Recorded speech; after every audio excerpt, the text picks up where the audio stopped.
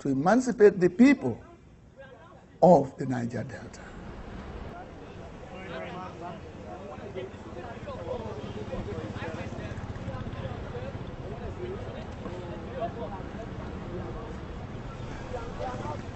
Yeah, we are here today to remember the death of Isaac Adakaboro. Now, Adakaboro is somebody who fought for the liberation of the Izoman in 1966. Why the man is so important that as far back as 1966, somebody realized that Izoman is suffering. We have been neglected. Our area is not developed. Subsequently, he was arrested and sentenced to death. But the federal government later commuted the sentence to life imprisonment. We have a genuine struggle that we must engage. Our struggle must benefit us. It must make us to be developed. It must make us to control our resources. We had international sympathy before now, but now everybody is now carrying the just struggle as if it is a struggle of criminals and so forth. We have allowed our struggle to be infiltrated. So many of them are not genuinely fighting for the job people.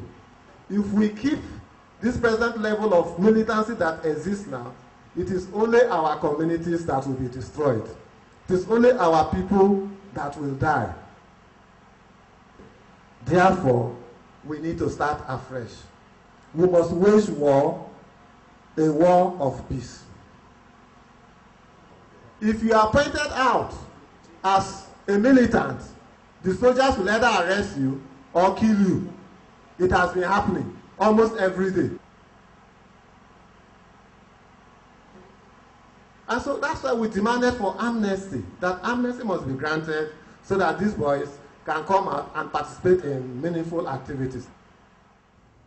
The government has come to a point that anybody fighting for the good of the people should now lay down their arms, team up with government to see that the development we need is accelerated. The future is very bright. Government is yielding, and some of our boys are responding.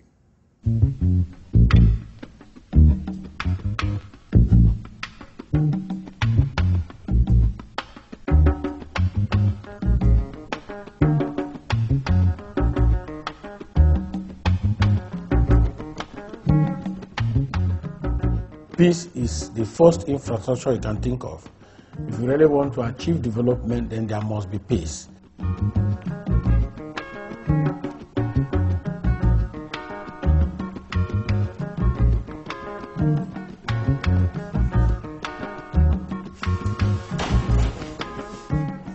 Bayelsa State is supposed to be one of the best states in South-South, but due to the militancy and other threats, people are just saying some negative things about the state. When there's peace in any state, there will be progress. I'm urging the youth to stop violence and let us embrace peace so that foreign investors can come in. Those that don't have job can get something doing. The youth of Bayelsa, they don't like doing something tangible.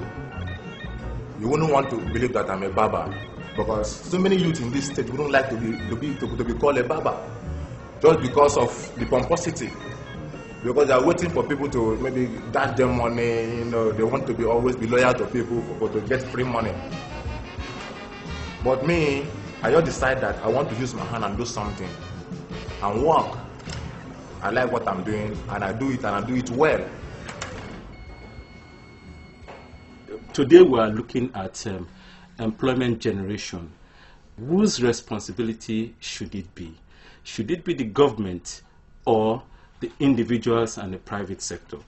So in Bayelsa, I would say that the onus actually lies with government, but it also lies with the people themselves. They themselves have to be ready to work, because I've met a lot of people who are definitely not ready to work. I also know that callers have been disturbing us, but Countrywoman, maybe we'll just take you briefly and then let's take a few calls. So for our people to really stabilize for business, we will get financial discipline.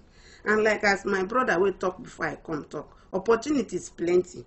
So make our people get discipline for body and shine their eye well. Plenty opportunity they will then will take see work. They respect themselves small. What is really the government's policy focus on employment generation? Whatever we do, if it doesn't drive the economy, it doesn't make sense. The industry that we can immediately crank up to a start is the oil industry. The oil companies are already operating in the States, but they are not really present in Bayelsa because of an accident of history. It's not their making, because of the way the state was created. When those companies started, we were part of River State. So it was okay by all of us for them to set up in River State. Now, fortunately, we've gotten our state. Should they continue to operate in River State, or should they now come and operate in Bayelsa? These are hard decisions to make for the companies. But we have also realized that the companies are saying, look, okay, create the infrastructure for us. In fact, there was a time I spoke to Shell, and they said, look, we live in houses, And that's true. They live in houses, and we don't have the kind of houses that they live in here in Bayelsa. So we have to create the infrastructure.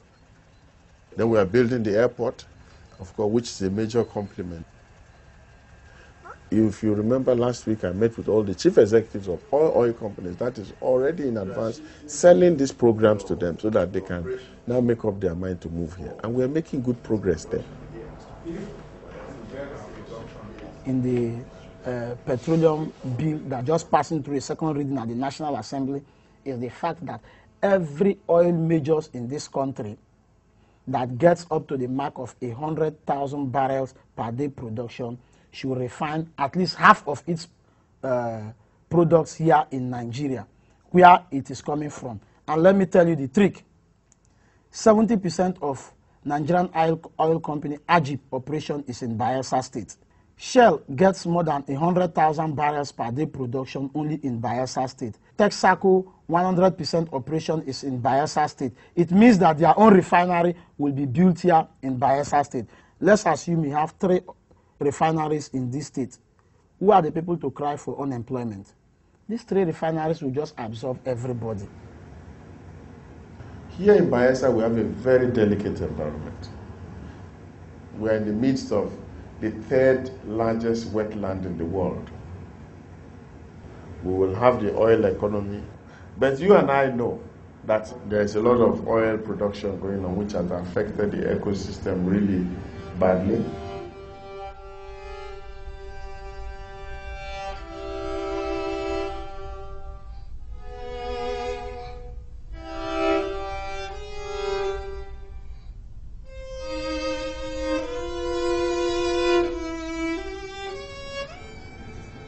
I have been a believer in the fact that the oil economy is unsustainable, because oil itself is a depleting resource, and as you keep producing the oil, you keep depleting your reserves, and it will definitely get to a point. It could be 20 years, it could be 30 years, it could be 50 years, it could be 10 years, it could be 5 years, oil will finish. So as a people, we cannot continue to depend on oil as energy forever.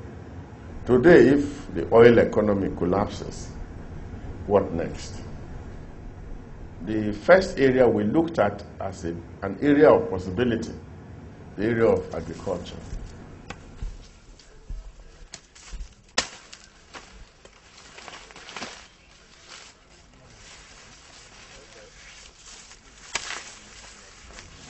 Our soil is one of the most fertile. We don't need fertilizer to grow anything in these days, because we are a predominantly riverine state.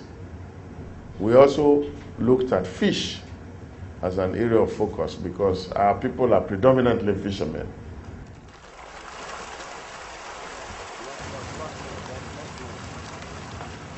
We looked at also the area of oil palm.